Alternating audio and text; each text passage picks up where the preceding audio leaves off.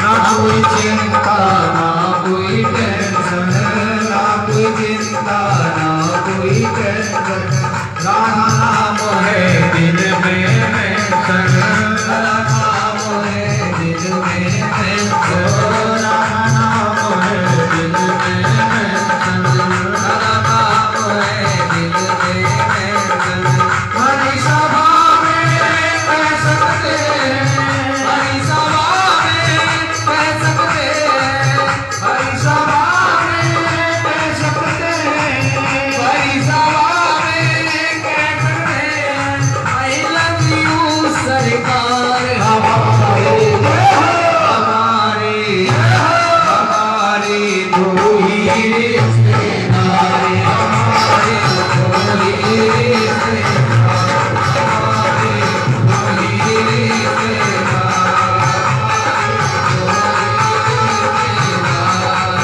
एक हमारे बाके बिहारी एक हमारे बाके बिहारी एक हमारे मधुर बिहारी एक हमारे मधुर बिहारी तुझे राधा रवि सरकार हमारे हमारे हमारे कोई हमारे कोई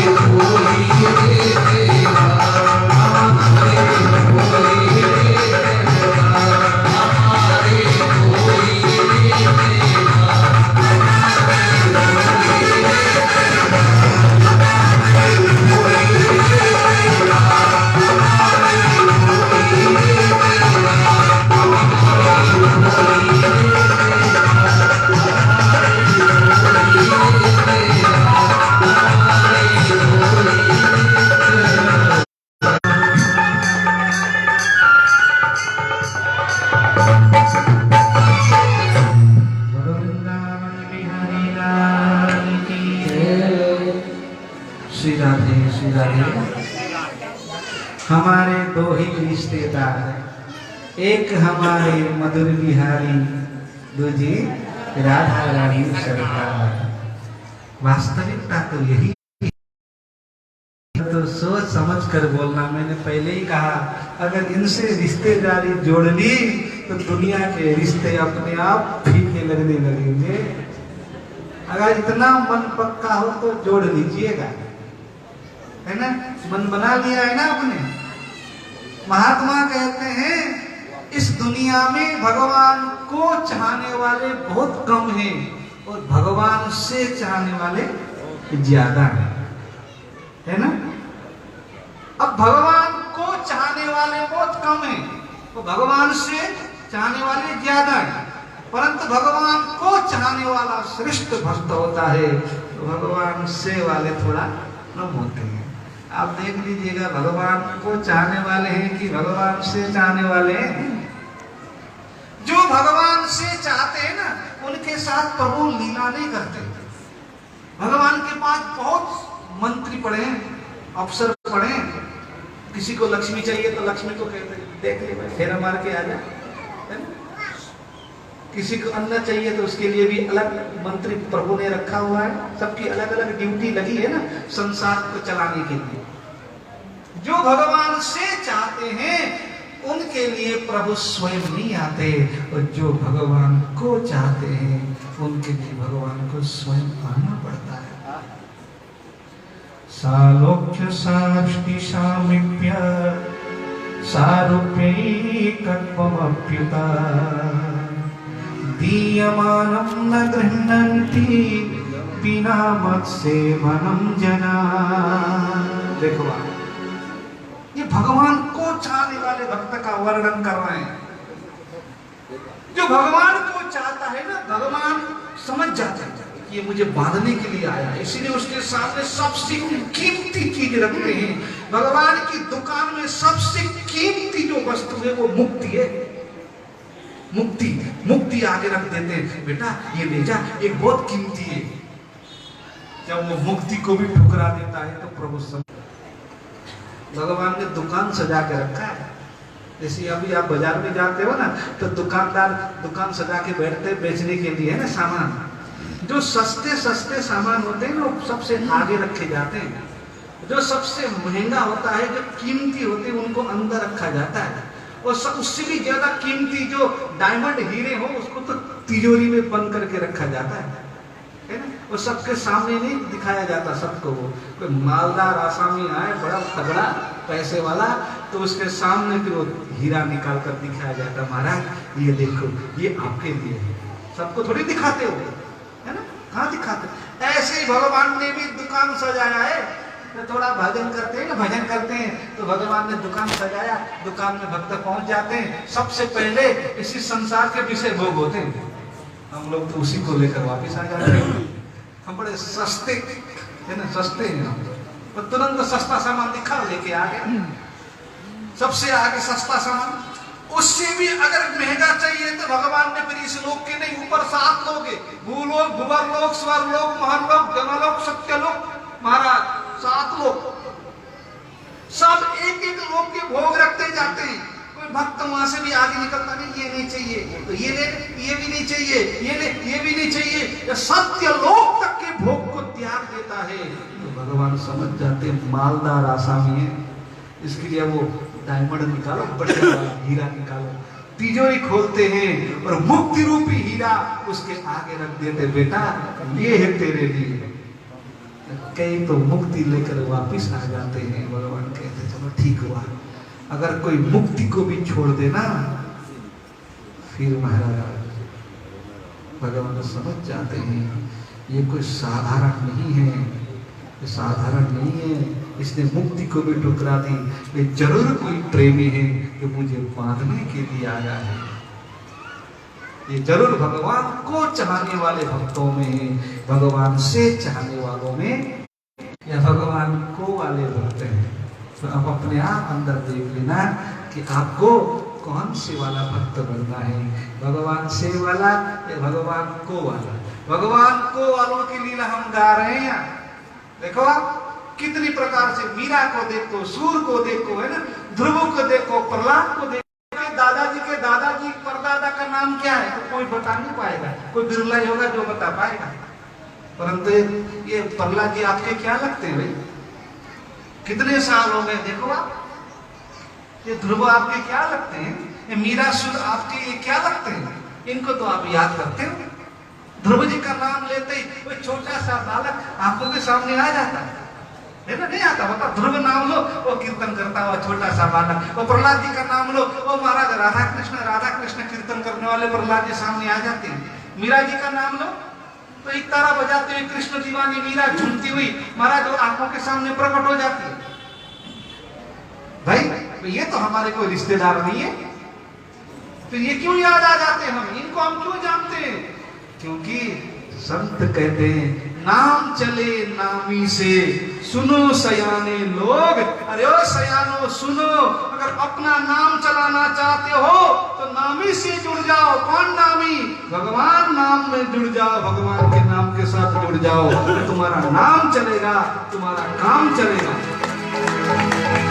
अगर भगवान से दूर रहोगे तो तुम्हारा नाम भी डूबेगा, तुम्हारा काम भी डूबेगा, निश्चित है। ध्यान रखना। इसलिए नाम चले नामी से, सुने सयाने लोग। मीरा ने न सुत जाइया, न किन्हीं दीनी जोग। मीरा ने न कोई संतान पैदा किए, न किसी को चेला या चेली बनाया, दीक्षा भी नहीं दी। इसलिए नाम भी चलाना चाहते हो, काम चलाना चाहते हो तो नामी से जुड़ जाओ, भगवान के नाम से जुड़ जाओ तो जीवन सार्थक होगा। तो महाराज यही रोना धोना ऐसे निकल जाएगा सारा समय। बोलो वृंदावन बिहारी लाल की जय। निकल जाएगा। दुनिया में आए हैं, इसका नाम है भवसागर। क्या नाम है? भवसागर। सागर कभी देखा है आपने? समुद्र देखा है ना? समुद्र नहीं दिखता है ना, ऐसे इसमें भवसागर का है। यहाँ भी यही है। यहाँ खड़े होकर दूसरा छोर देखोगे तो दिखेगा? नहीं दिखेगा। और समुद्र में क्या होता है? समुद्र में खारा खारा पानी है ना, उसके नीचे जलचर, ऐसे ही भवसागर है। यहाँ भी यही हाल है। इस भवसागर से अगर बचना चाहते हैं तो सावधान रहें। अगर सागर में डुबकी लगानी हो तो क्या करना पड़ेगा? एक व्यक्ति खड़ा था समुद्र किनारे, दूसरे व्यक्ति ने पूछा भैया क्यों खड़ा है? वो कहता मुझे समुद्र में डुबकी लगानी है। क्यों? बस इच्छा है तो लगा लेना। तो भाई कहता भैया इतनी बड़ी बड़ी लहरें उठ रही हैं, लहरें शांत हो तभी तो मैं डुबकी लगाऊं। तो दूसरा भाई कहता भैया ये सागर है, सागर में लहरें तो उड़ती रहेंगी। अगर सागर में डुबकी लगानी हो तो लहरों के बीच में ही डुबकी लगानी पड़ेगी। तो भैया ये भी भवसागर है, यहाँ पर भी लहरें उड़ती रहती हैं। कभी काम रूपी लहर, कभी क्रोध रूपी लहर, कभी मोह रूपी, कभी परिवार के नाना झंझट या जंजाल रूपी लहर। यहाँ भी लहरें उड़ती रहेंगी। आप ये सोचोगे कि ये लहर शांत होंगी फिर भजन करेंगे, तो ऐसा समय कभी आएगा नहीं। इसी खटपट में गोता लगा लेना है भजन में, तो फिर लगा लोगे। ये सोचकर बैठे रहे कि सारे काम निपट जाएंगे, लहरें शांत होंगी, फिर मैं गोता लगाऊंगा, ऐसा समय कभी आएगा नहीं। इसलिए इन लहरों के बीच में थोड़ा थोड़ा समय निकालो, तो भजन जप करो, सेवा करो, वृंदावन आओ, हरिद्वार आओ, अयोध्या आओ, दर्शन करो प्रभु का। यमुना गंगा सरयू में गोता लगाओ, है ना। बिहारी जी के राघवेंद्र सरकार के हरिद्वार में गंगा मैया के, है ना, काशी बनारस में विश्वनाथ जी के दर्शन करो, तो फिर जीवन सार्थक होगा। लहरें शांत हो, अपने जीवन को धन्य बनाओ। बोलो वृंदावन बिहारी लाल की जय। बोलो श्री सद्गुरुदेव भगवान की जय। तिमिर गयो रवि देख के, मोह गयो गुरु क्या, सब गयो जब आयो अभिमान।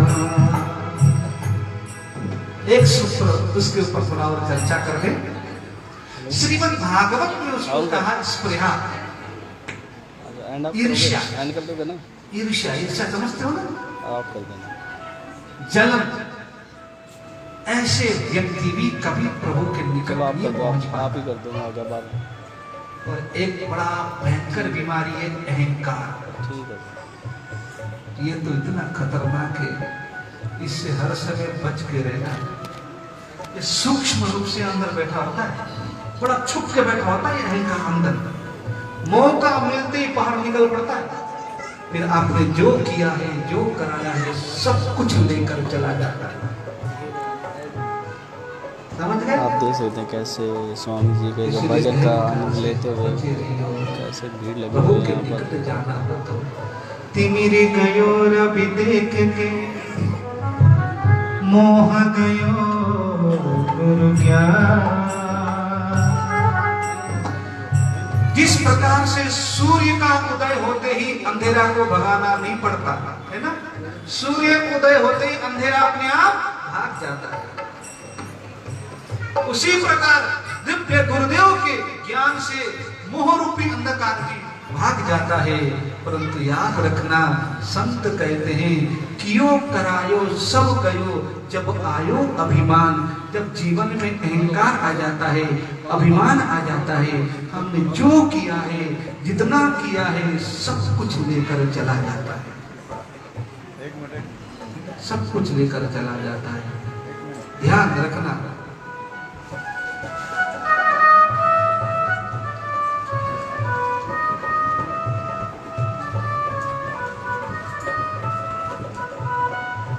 हाँ, हम क्या सुना रहे हैं? हम क्या, ये सूक्ष्म बीमारी है, सूक्ष्म बीमारी है। हृदय में सबके अंदर बैठा होता है, अवसर पाकर बाहर आ जाता है। जहाँ मैं होता है, जहाँ गरुड़ होता है, वह हजूर नहीं होता है। ध्यान रखना, इसलिए मैं को निकालना पड़ेगा। हमारे गुरुदेव सुनाया करते हैं गुरुदेव भगवान, वो सत्संग में सुनाया करते हैं कि आजकल हर कोई बड़ा बनना चाहता है, कोई छोटा बनने को राजी नहीं है। देखो आप दही बड़ा खाए हो आप लोग? हाँ, दही बड़ा, और एक होता है मिर्ची बड़ा, खाए हो ना? और एक होता है सांभर बड़ा, होता है ना? और एक होता है, आप देख रहे थे पाव बड़ा, करनाल के न्यू रमेश नगर में, जहाँ पर भगवती कथा जो कथा का आयोजन किया गया 7 से 10 मार्च तक। कथा का समय जो 3 से साय के 6 बजे तक है, जहाँ पर मधुर कृष्ण रजनीश जी महाराज के स्वर से देख सकते हैं कैसे भक्तजन आनंद लेते हुए आप भी यहाँ पर पहुँचे और कथा का आनंद लें। आप देख रहे हैं अब तक टाइम से कृष्णा की।